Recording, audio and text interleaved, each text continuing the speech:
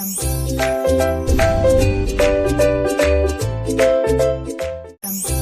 everyone, welcome to my channel. Myself Subbaraidu. I teach chemistry simple and engaging way. If you are interested, keep watching.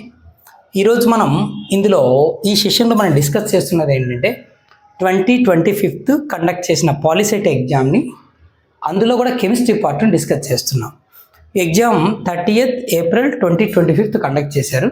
Chemistry part questions ఒక 30 questions ఉంటాయి. ఏం అడిగాడు, answer ఏంటి అనేది key కొంచెం క్లియర్గా discuss చేద్దాం. What type of bond is formed when a metal transfers electrons to A non metal? ఒక చిన్న విషయం ఏంటంటే మనకు అవైలబుల్గా ఉన్న సిరీస్ బి, ఏబిసిడిలో ఏ సిరీస్ అవైలబుల్ అయినా క్వశ్చన్స్ అవే, నంబరింగ్ వేరే ఉంటుంది. Okay, what type of bond is formed when metal transfers electron to A non metal? ఒక మెటల్ నాన్ మెటల్కి ఎలక్ట్రాన్ ట్రాన్స్ఫర్ చేయడం వల్ల ఎలాంటి బాండ్ ఫామ్ అవుతుంది? ఫర్ ఎగ్జాంపుల్ సోడియం మెటల్ తీసుకుంటాను, chlorine non metal. Sodium ఒక electron క్లోరిన్కి ఇచ్చేసింది అనుకో, సోడియం ఎలక్ట్రాన్ లాస్ చేసుకోవడం వలన సోడియం అయాన్ అవుతుంది, క్లోరిన్ ఎలక్ట్రాన్ గెయిన్ చేయడం వలన క్లోరైడ్ అయాన్ అవుతుంది, Na+Cl-.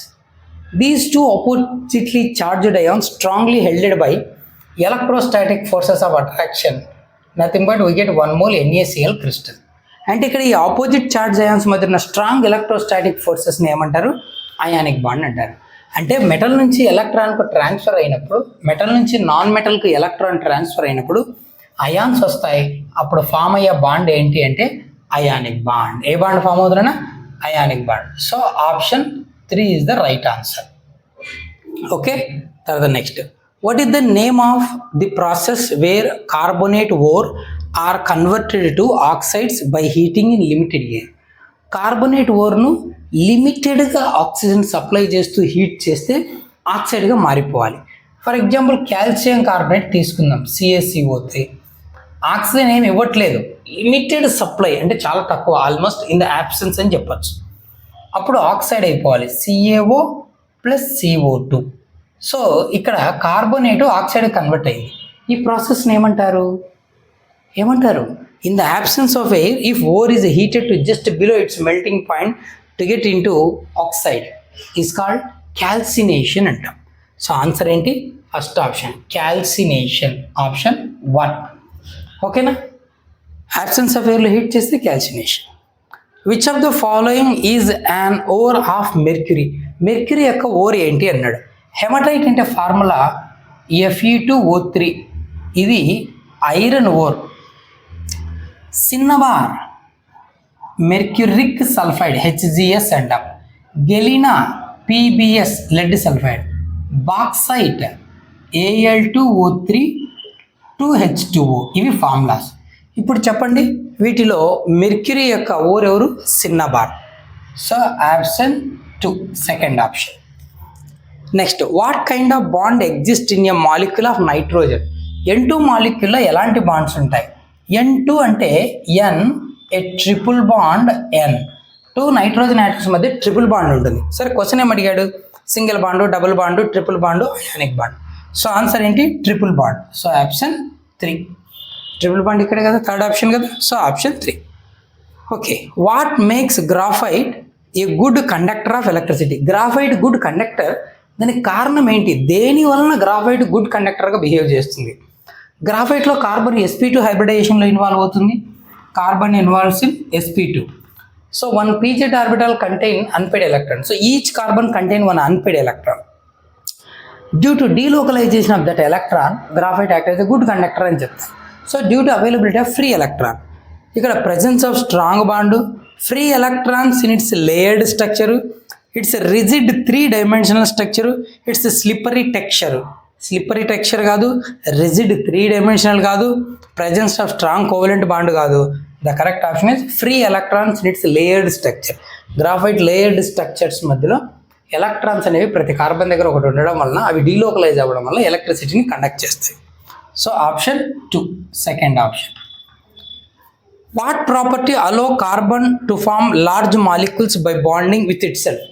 ఏ ప్రాపర్టీ వలన కార్బన్ తనకు తానే అంటే ఐడెంటికల్ ఐటమ్స్ మధ్య బాండ్స్ ఫామ్ చేస్తూ లార్జ్ నెంబర్ ఆఫ్ కాంపౌండ్ ఇస్తుంది? ఏంటి ఆ property? The formation of bond between identical atom to give long chains and cyclic rings is called catenation అంటారు. So the correct option is option 3, catenation property. ఓకేనా, ఇంకోటి చూద్దాం. 6 అయిపోయాయి కదా, 7th one. Compounds with the same molecular formula but different structures are called.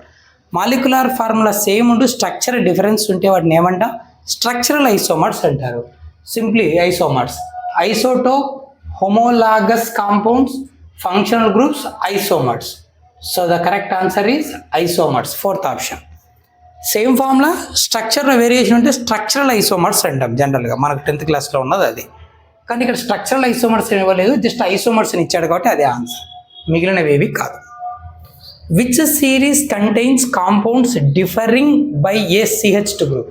ఏదైనా ఒక కాంపౌండ్లో series of కాంపౌండ్స్ను గమనిస్తే అడ్జసెంట్ కాంపౌండ్స్ మధ్య CH2 గ్రూప్ వేరియేషన్ ఉంటే ఆ సిరీస్ని ఏమంటాం?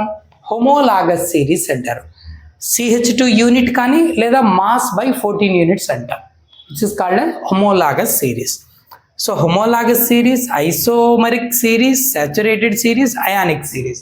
So the correct answer is number 1. Which series contains compound differing by a CH2 group? Homologous series. Option 1. Okay na? Sorry. Which functional group is present in carboxylic acid? Carboxylic acid. First ఏంటి? CHO, aldehyde. Okay. Third ఏంటి? అసలు ఇది functional గ్రూపే కాదు. కార్బన్కు 4 bonds ఉండాలి, 1 2 3 ఇచ్చాడు. So doesn't represent any functional group. OH ఉంది, alcohol. So మనకు కావాల్సింది కార్బాక్సిలిక్ యాసిడ్ కదా. So second option, option 2. ఏముండాలి? COOH అనన్నా ఉండాలి, లేదా C డబల్ బాండ్ OH అనన్నా ఉండాలి. ఎలా ఉన్నా ఈ రెండింటిలో దాన్ని కార్బాక్సిలిక్ గ్రూప్ అంటారు, carboxylic acid. So second option. Which substance can oxidise ethanol to ethanoic acid? Ethanol అంటే C2H5OH, ఇది ఇథనోయిక్ యాసిడ్ CH3COOHగా కన్వర్ట్ అవ్వాలి. దీనికి 2 ఉన్నాయి. ఒకటి పొటాషియం పర్మాంగనేట్ KMnO4, ఇంకొకటి పొటాషియం డైక్రోమేట్. ఈ రెండిట్లో దేన్నైనా వాడుకోవచ్చు. ఆల్కలైన్ పొటాషియం పర్మాంగనేట్ లేదా అసిడిఫైడ్ పొటాషియం డైక్రోమేట్ ఏది తీసుకున్నా మనకు ఆల్కహాల్ను యాసిడ్గా ఆక్సిడైజ్ చేస్తుంది. So which substance can oxidise ethanol to ethanoic acid? ఎవరు? ఆల్కలైన్ పొటాషియం పర్మాంగనేట్, అదే కదా అది. సో ఇదే. సోడియం హైడ్రాక్సైడ్ కాదు, డైల్యూట్ హైడ్రోక్లోరిక్ యాసిడ్ కాదు, సోడియం మిథాక్సైడ్ కాదు. So option number 1, first option. ఒక్కోసారి పొటాషియం డైక్రోమేట్ ఇచ్చినా కూడా కరెక్టే. ఏబిగా 2 ఇచ్చి థర్డ్ ఆప్షన్ బోత్ 1 and 2 అన్నా కూడా కరెక్టే.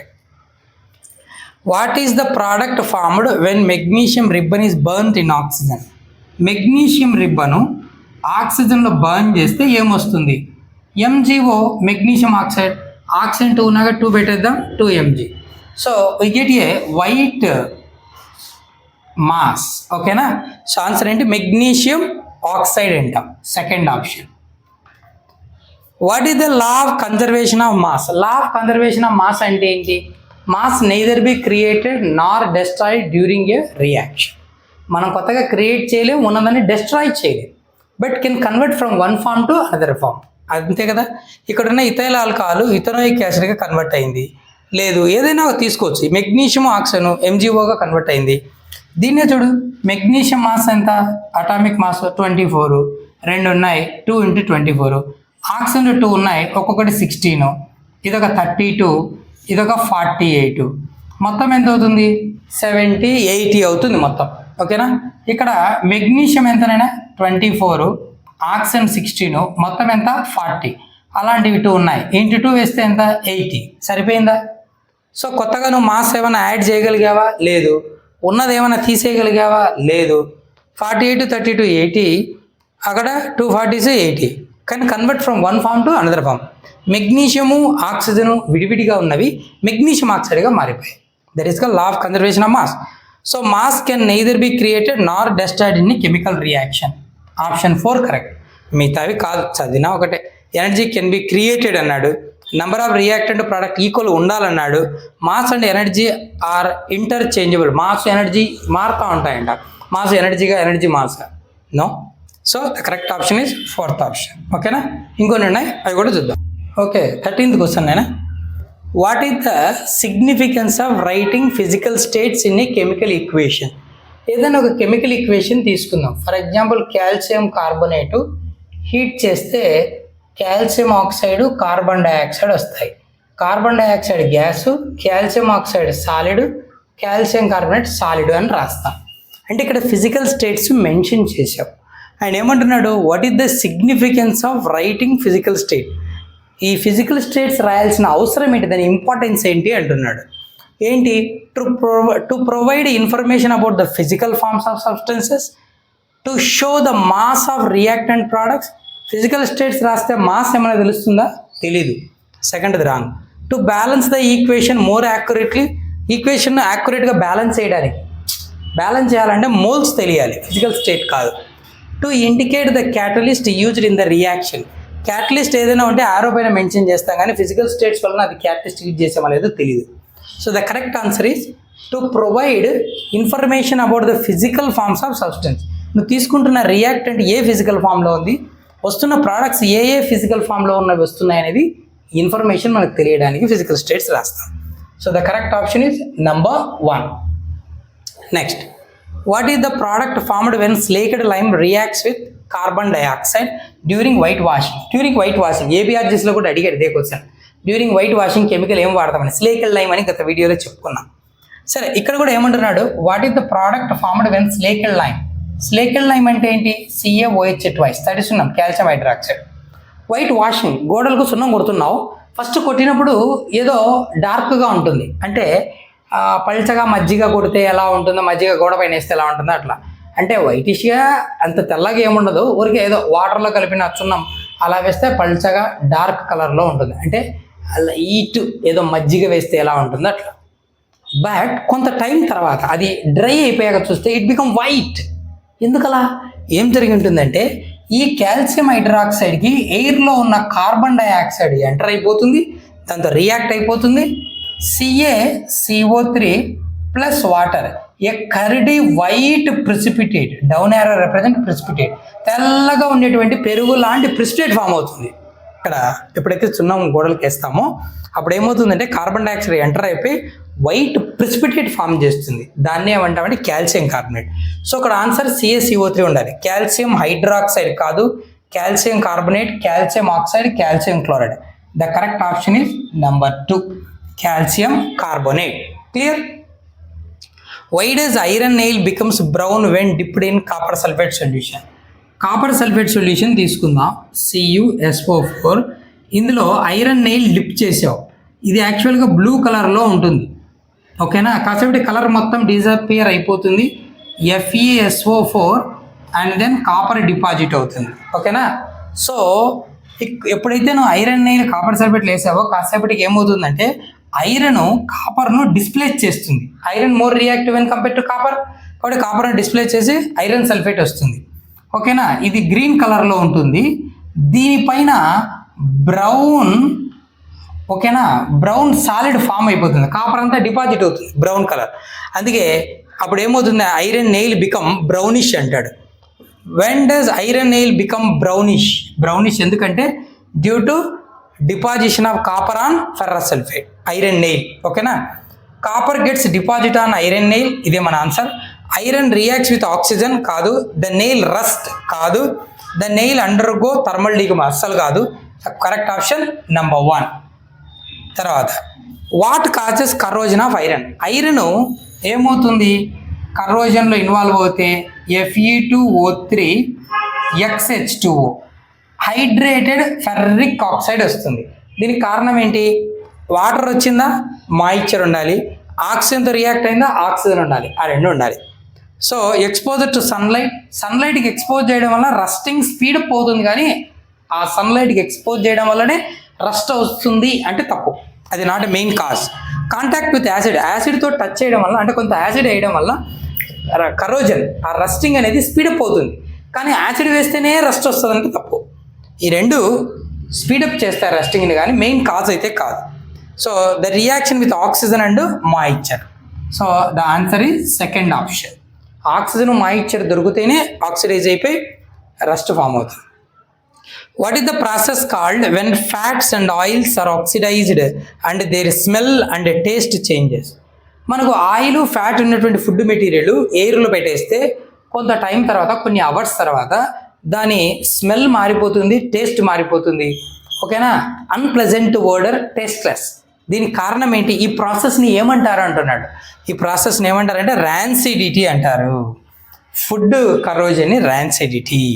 ఓకేనా? When exposed to air reacts with oxygen, food undergo oxidation so that it smell and colour change, smell and taste changes. So the answer is rancidity అంటారు దాన్ని. ఓకేనా? So second one is the right answer. Okay, ఇంకొకే next 18th one చూడు. If someone in your family is suffering from acidity after overeating, which of the following would you suggest as a remedy? ఇప్పుడు మనకు ఇంట్లో బిర్యానీ చేశారు, బాగా టేస్టీగా ఉంది, బాగా లైకింగ్ చేశారు. సో ఓవర్ ఈటింగ్, ఎక్కువగా తిన్నప్పుడు కడుపులో మంట, త్రేంపులు వస్తుంటాయి, ఇలా గ్యాస్ రిలీజ్ అవుతుంటుంది. సో ఇప్పుడు నువ్వు డైజెస్ట్ అవ్వదు, అది చాలా ఇబ్బంది పడుతుంటావు, పొట్ట వాసినట్లు, ఉబ్బరిచ్చినట్లు అంట, ఉబ్బినట్లు ఉంటుంది. సో దీన్ని అసిడిటీ సిమ్టమ్స్గా చెప్తాడు. మంటగా ఉంటుంది, ఇన్ఫ్లమేషన్ అంట. నువ్వు ఎలాంటి రెమెడీ ఇస్తావు అతనికి? హోమ్ రెమెడీనే, బయట నుంచి ట్యాబ్లెట్స్ వాడకూడదు అంటాడు. ఏమి ఇస్తావు? లెమన్ జ్యూస్ ఇస్తావా, వినిగర్ ఇస్తావా, బేకింగ్ సోడా ఇస్తావా, సాల్ట్ వాటరా? సాల్ట్ వాటర్ ఇస్తే ఏం యూజ్ లేదు. Strong acid, strong base, NaOH, HCl, neutral అది. తర్వాత వినిగర్ ఇచ్చావా, అసిడిక్ యాసిడ్, ముందే యాసిడ్ ఎక్కువైంది, ఈ యాసిడ్ ఎక్కువైతే ఇంకా కష్టం. లెమన్ జ్యూస్ అస్సలు తాగకూడదు. బెస్ట్ వన్ ఏంటంటే baking soda solution, heavy base. మనకు ఇండైజెషన్ అవ్వడానికి కారణం ఏంటి? యాసిడ్ ఎక్సెస్ ఉండడం. అలాంటప్పుడు మనం ఏం చేయాలి? దాన్ని కొంచెం న్యూట్రలైజ్ చేయాలి, అంటే బేసిక్ సొల్యూషన్ కావాలి. సో వీక్ బేస్ అయినా బేకింగ్ సోడా సొల్యూషన్ కావాలి. NaHCO3, sodium hydrogen carbide. అంటే మన భాషలో సోలాపొడి, కొంచెం సోలాపొడి గ్లాస్ వాటర్లో వేసుకొని స్టిర్ చేసి తాగేస్తే కొంచెం రిలీఫ్ ఇస్తుంది అది. So which of the following can be used as olfactory indicator? Olfactory indicator అంటే ఓడర్ బేస్డ్ ఇండికేటర్. ఓకేనా? యాసిడ్ మీడియంలో ఒక ఓడరు, బేసిక్ మీడియంలో ఒక odour. Vanilla essence okay, turmeric, clove oil okay. Turmeric అనేది పసుపు, అది colour based indicator. Red cabbage juice colour based. Vanilla essence okay, onion okay, ఈ రెండు ఓకే, ఒకటి వేది. 3 ఉండాలి, 3 ఓల్ ఫ్యాక్టరీ ఇండికేటరే ఉండాలి. ఇక్కడ రెడ్ క్యాబేజ్ జ్యూస్ అనేది కాదు, ఇక్కడ టర్మరిక్ కాదు. Third option turmeric, onion, litmus, litmus కాదు, టర్మరిక్ కాదు. ఫోర్త్ది vanilla essence okay, clove oil okay, onion okay.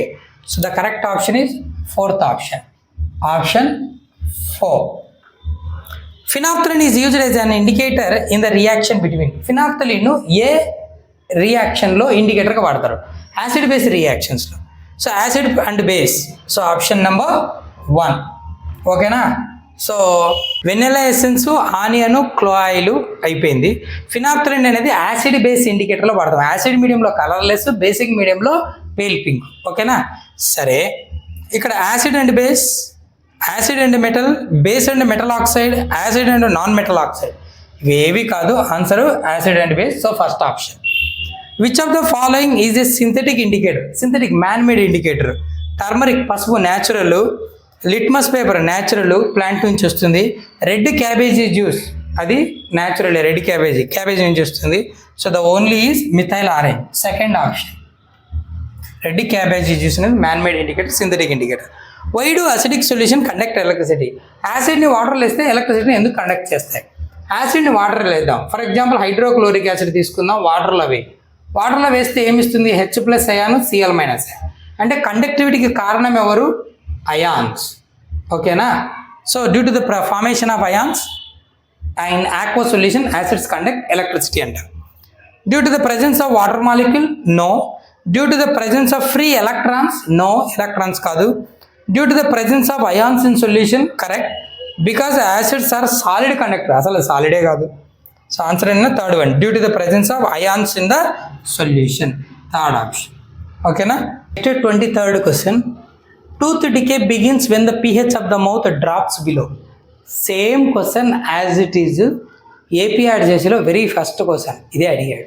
Tooth decay ఎప్పుడు స్టార్ట్ అవుతుంది? మౌత్ యొక్క అసిడిక్ నేచరు 5.5 కన్నా తగ్గుతాయి. ఎందుకు వస్తుంది? మనం తిన్న ఫుడ్ మెటీరియల్ నైట్ టైమ్స్ అలాగే టీత్ మధ్యలో స్టోర్ అయితే ఆక్సిడైజ్ అయిపోయి యాసిడ్గా మారుతుంది. దానివల్ల pH వాల్యూ తగ్గిపోతుంది. ఎంతకన్నా తగ్గితే టూత్ డికే, ఎనామిల్ ఎంత పోతుంది లేయరు అంటే టీత్ సన్నగా అయిపోయి ముక్కలై విరిగిపోతుంది. So less than 5.5. So the correct option is 2, second option. Okay.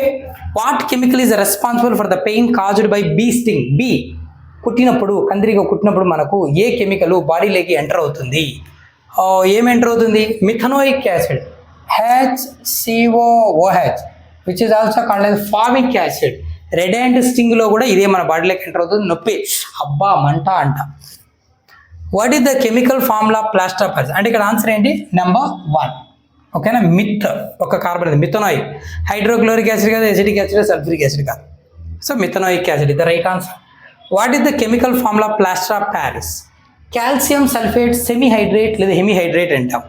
CaSO2H2O, half H2O, CaCO3. ఇది బ్లీచింగ్ పౌడర్, ఇది కాల్షియం కార్బోనేట్. సో ఇది జిప్సమ్, ఇది మన plaster of Paris. Option 2, CaSO4, half H2. Which property of metals describes their shiny surface? Metal shiny సర్ఫేస్ను వాటి ఏ property describe చేసింది? Lustre nature. ఓకేనా. Malleability, ductility, conductivity, metallic lustre. So answer 4. Metallic lustre indicates metals possess shiny surface. That is the meaning.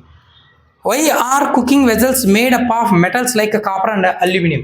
మనం వండే వంట పాత్రలు copper, aluminium లాంటి మెటల్తో ఎందుకు చేస్తాము అంటే because they are malleable, because they are shiny, because they are sonorous, because they are good conductor of heat. అదేమైనా sheets లాగా కన్వర్ట్ అవుతాయా, లేదా బాగా షైన్గా ఉంటాయనా, లేదా సౌండ్ ఇస్తాయనా? Because they are good conductor of heat. హీట్ను బాగా ఇస్తాయి కాబట్టి తొందరగా కుక్ చేయడానికి మెటల్స్తో మనం వెజల్స్ను ప్రిపేర్ చేస్తారు, cooking vessels.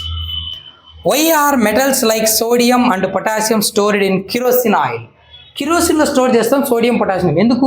Highly reactive, readily catches the fire when expose to the air. ఎయిర్కి ఎక్స్పోజ్ అయితే వెంటనే ఫైర్ని క్యాచ్ చేస్తాయి, మండుతాయి. అందుకే to prevent accidental fire due to their vigorous reaction with oxygen. So option number 3. మిగిలినవేవి కాదు. ఇంకొక 2 బిట్స్ ఉన్నాయి, చూద్దాం. లేదు అందుకే కొంచెం ఫాస్ట్గా రాశాను, చూద్దాం. What is the process of forming a thick oxide layer and aluminium called? అల్యూమినియంని మనం ఎయిర్కి ఎక్స్పోజ్ చేస్తే అది Al2O3 అనే ఒక ఆక్సైడ్ లేయర్ ఫామ్ చేసుకుంటూ తన సర్ఫేస్ పైన. దీన్ని ఏమంటారు? అనోడైజింగ్ అంటారు. Formation of oxide layer on metal is called anodizing. That process is called anodizing. So option number 2. What happens when zinc is added to solution of iron 3 sulphate? Iron 3 sulphate. Okay. ఇప్పుడు జింక్ను iron 3 సల్ఫేట్కి add చేస్తే ఏం జరుగుతుంది అని అడుగుతున్నాడు. ఇది iron 3 కాదనైనా iron 2 sulphate. Okay. What happens when zinc is added to a solution of iron 2 sulphate? Iron 2 sulphate FeSO4. దీనికి ఇప్పుడు జింక్ మెటల్ యాడ్ చేశాడు, ఏమవుతుంది? ఐరన్ కంటే జింక్ మోర్ రియాక్టివ్ కాబట్టి ఐరన్ డిస్ప్లే చేస్తుంది. we get zinc sulphate and iron separates out. ఓకేనా. So no reaction takes place, జరుగుతుంది. Both metals reacts with each other to form and alloy. Zinc iron కలిసి alloy form చేస్తాయంట, ఛాన్సే లేదు. Iron displaces zinc, iron జింకుని display చేస్తుందంట. Zinc ఎవరితో combine అయింది డిస్ప్లే చేయడానికి? అది ఇండివిజువల్గా ఉంది కదా. సో ఐరన్ జింకుని డిస్ప్లే చేయడం అనేది మీనింగ్లెస్. జింక్ డిస్ప్లేసెస్ ఐరన్, ఎందుకంటే మనం జింక్ యాడ్ చేసినప్పుడు జింకు ఇందులోని ఐరన్ను బయటికి పంపించి తన లోపలికి ఎంటర్ అవుతుంది. అంటే ఐరన్ను ఎవరు డిస్ప్లే చేస్తారు? జింక్ డిస్ప్లే చేస్తుంది. So zinc displaces iron and form zinc sulphate. So 4th option is the right answer. ఇదినేనా మన ఈ 2025 పాలిసెట్ ఎగ్జామ్లో అడిగిన chemistry 30 questions and their answers with clear explanation. You understand?